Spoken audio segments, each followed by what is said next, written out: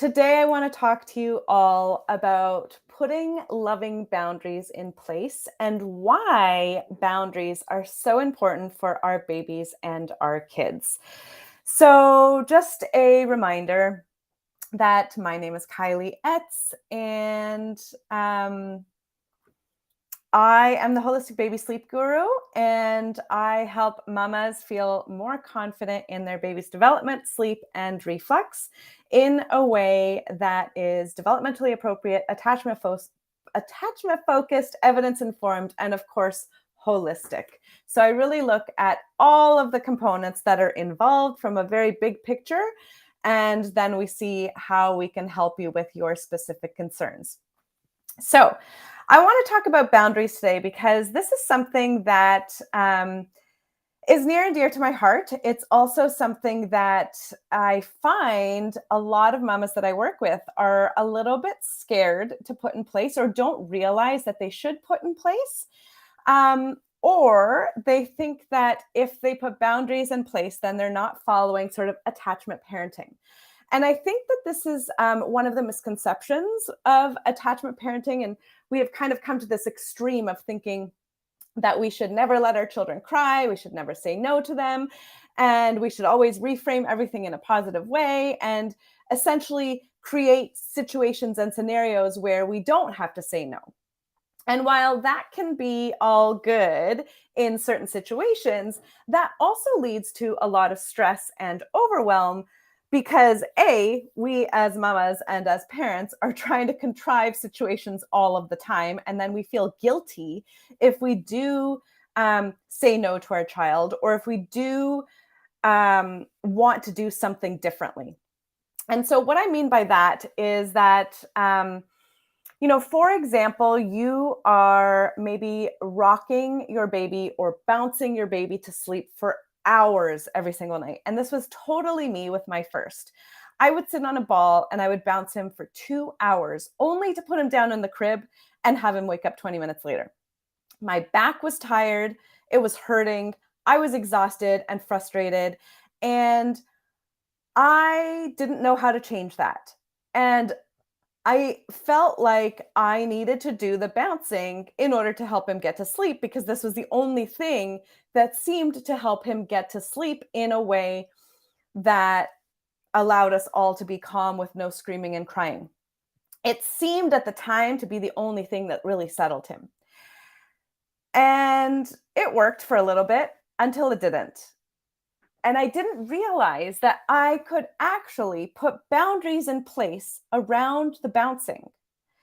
And if I had put those boundaries in place months before, I would have saved myself a lot of frustration, a lot of stress, a lot of backache, and my baby would have been fine.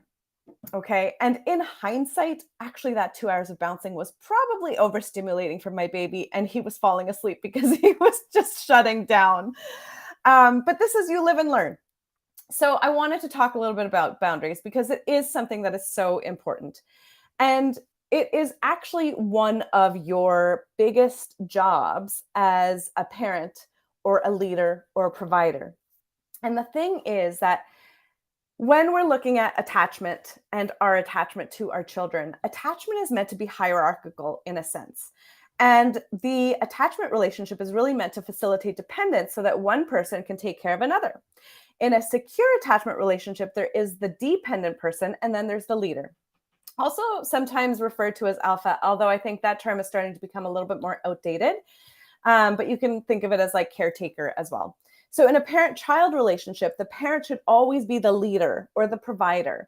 And the child is attaching to that leader or provider or that parent as the dependent or the seeker.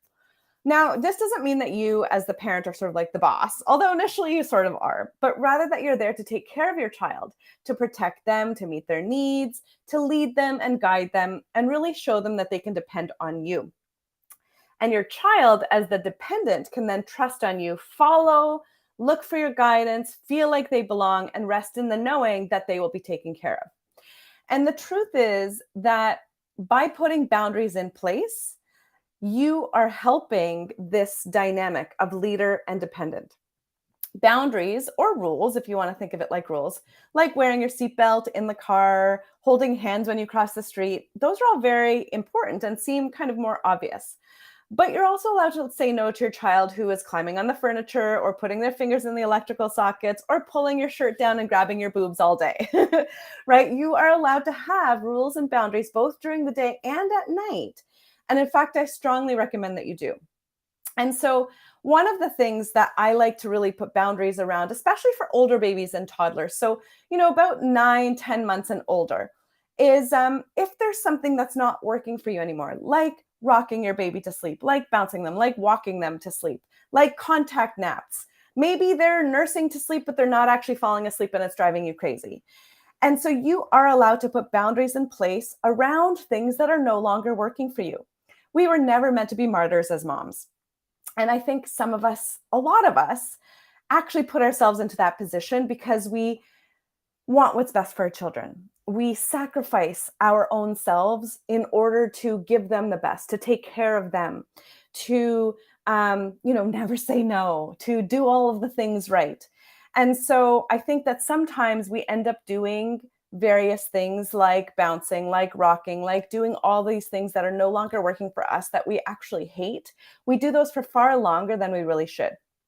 And so maybe you have a boundary that only read 2 books to your children at bedtime. And when that last book is done, it's finished. No more books. Books are all done. Maybe you have a boundary that you're only going to nurse your 18-month-old once during the night instead of 3 times. This was totally me with my second. Around 16, 17 months, she was still nursing 3 times a night. And I was like, I am done. And so I put boundaries around that. And you can put boundaries around things that are no longer working for you in a way that is still loving, that is still responsive, that is still supportive, that is still respectful, and that is still you being there with your child. And working on that attachment relationship, the leader and the dependent.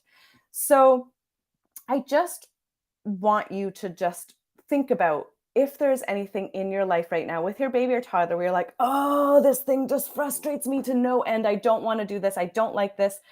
I'm so done with nursing every 2 hours at night or whatever it is. I want you to think about that. And I want you to start thinking, okay, I'm going to put a boundary in place here.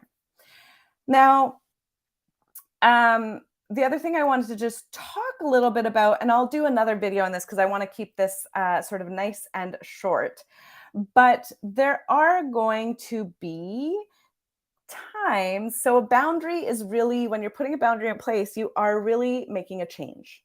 And you're likely changing a habit that your baby or child or toddler has come to depend on. They have come to expect. They have come to love, most likely. And when you put a boundary in place, you're essentially taking something away. So you really want to have something to put in its place that is a little bit more appropriate, that you maybe don't mind doing. This is where the idea of habit stacking or adding in more sleep associations comes into place. So you're going to want to do that in place before you put the boundary in. And you're also going to realize that with change is hard for everybody. And with change, there's also going to be a level of sort of threat that's viewed by our primitive brain, and our body is kind of going to go into a little bit of a fight or flight state, a stress response. And so your child might show emotions.